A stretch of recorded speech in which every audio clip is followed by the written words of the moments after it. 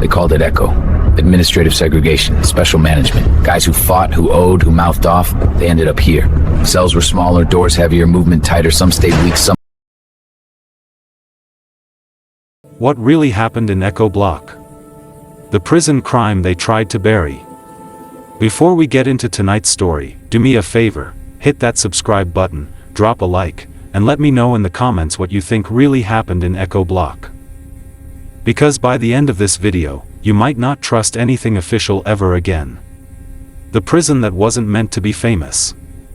If you drive 3 hours out of any major city in the United States, eventually the scenery starts to repeat itself: gas stations, truck stops, endless fields.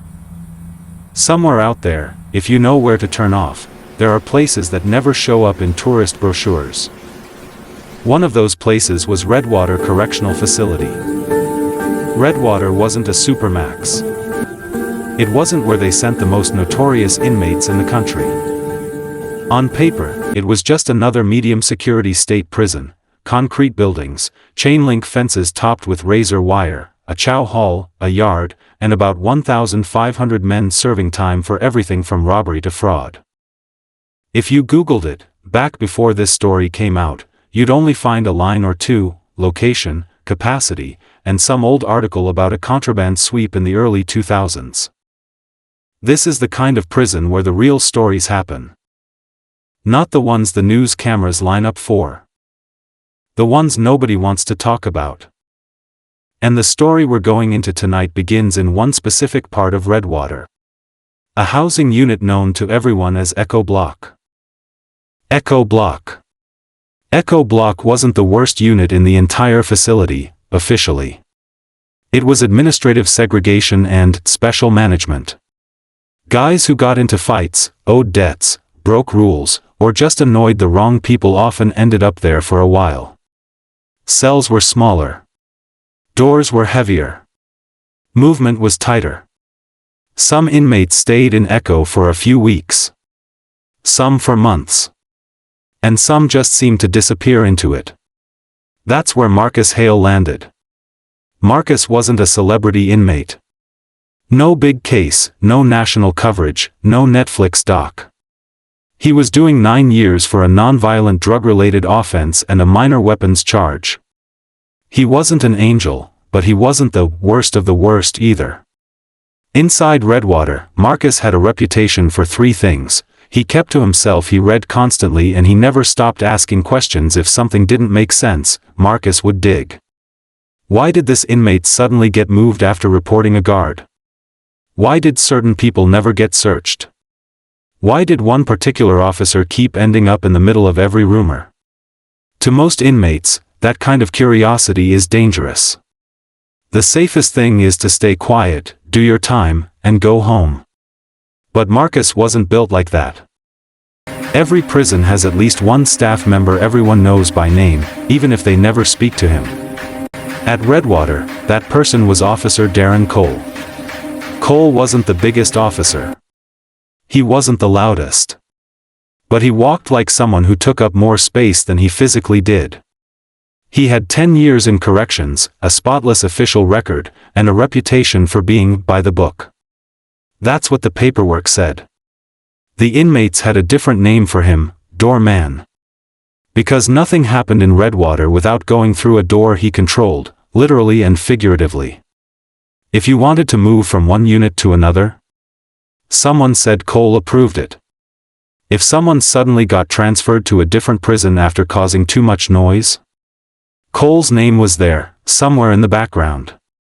And if contraband mysteriously disappeared from one cell and popped up in another, well, people would look at the cameras, then at Cole. None of this was proven. It was all whispers. Hints. Patterns. But Marcus paid attention to patterns. And the more he watched, the more one thing bothered him: guys who went up against Cole started having bad luck. Write-ups. Cell searches. Lost privileges. And sometimes, sudden moves to Echo Block.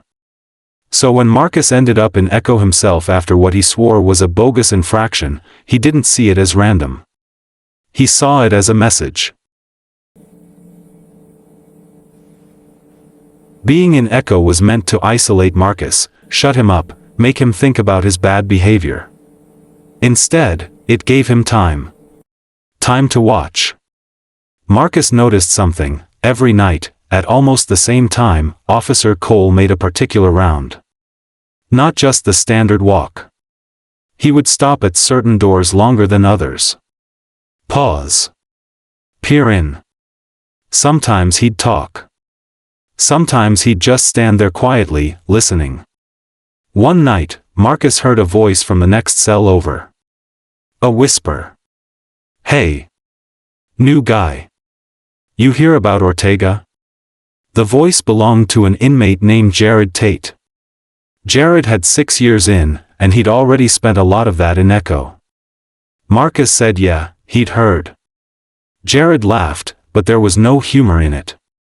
"Yeah, you heard the story they tell," he said. "Not the one we saw." Over the next week, whenever the range was quiet and the staff noise moved away, Jared fed Marcus pieces of a puzzle. According to Jared, on the night Ortega died, there was an argument between Ortega and an officer. Ortega had been complaining about a piece of contraband found in his cell that he swore wasn't his. He had allegedly told another inmate that he was planning to report staff involvement. Jared said he saw Officer Cole standing at Ortega's door for a long time that night.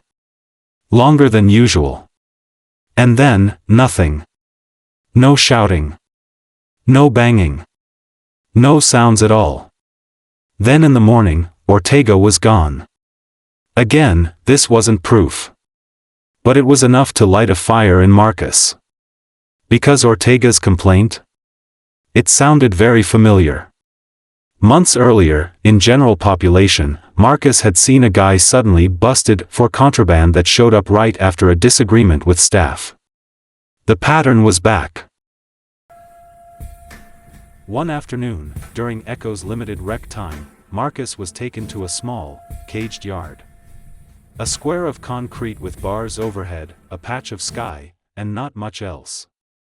He shared the space with another inmate, Devin Price. Devin kept his head down at first. But after a few minutes, he asked Marcus a simple question. "You're the one always reading in the day room, right? Asking about policy and case law?" Marcus nodded cautiously. Devin took a breath. "You really trying to get out of here, or you trying to change something?"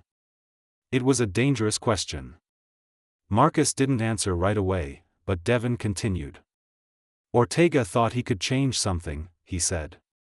"Thought if he documented it, followed the rules, filed the right grievance, somebody would listen."